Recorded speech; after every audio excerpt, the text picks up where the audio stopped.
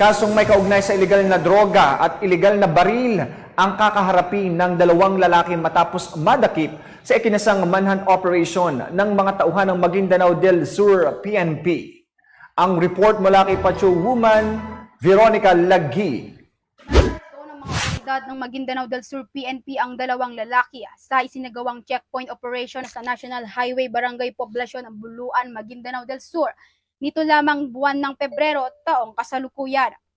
Kinilala ni Police Lieutenant Semar Franco A. Semasio ang mga suspek na si alias Dodong, 24 anyos, ang may asawa, may sariling negosyo na residente ng Sitio Mahad, Barangay Poblacion, Buluan, Maguindanao del Sur, at si alias Disong, 27 anyos, ang may asawa, walang trabaho, na residente ng Barangay Upper Siling, Bulawan, Maguindanao del Sur.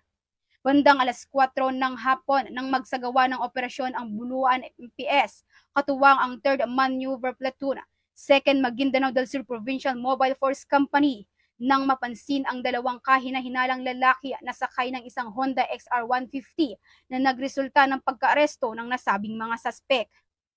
Nakumpiska mula sa mga suspek ang 4 na pirasong heat seal transparent plastic sachet na naglalaman ng pinaniniwalaang shabu na may tinatayang timbang na 0.25 gramo at halagang national standard drug price na 1,700 pesos, isang unit ng pistol, 2 piraso ng bala ng 12 gauge shotgun.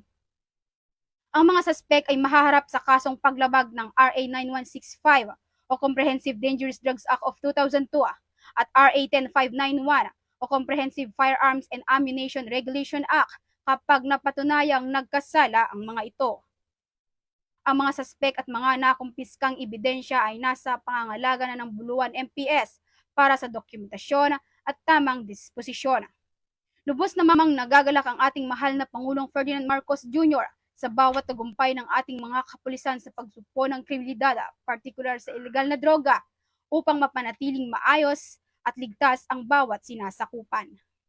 Mula rito sa rehiyon ng Bangsamoro, ako ang inyong Police News Network Correspondent, Patrolwoman Veronica Laghi, alagad ng batas, tagataguyod ng balitang pulis. Maraming salamat, Patrolwoman Laghi.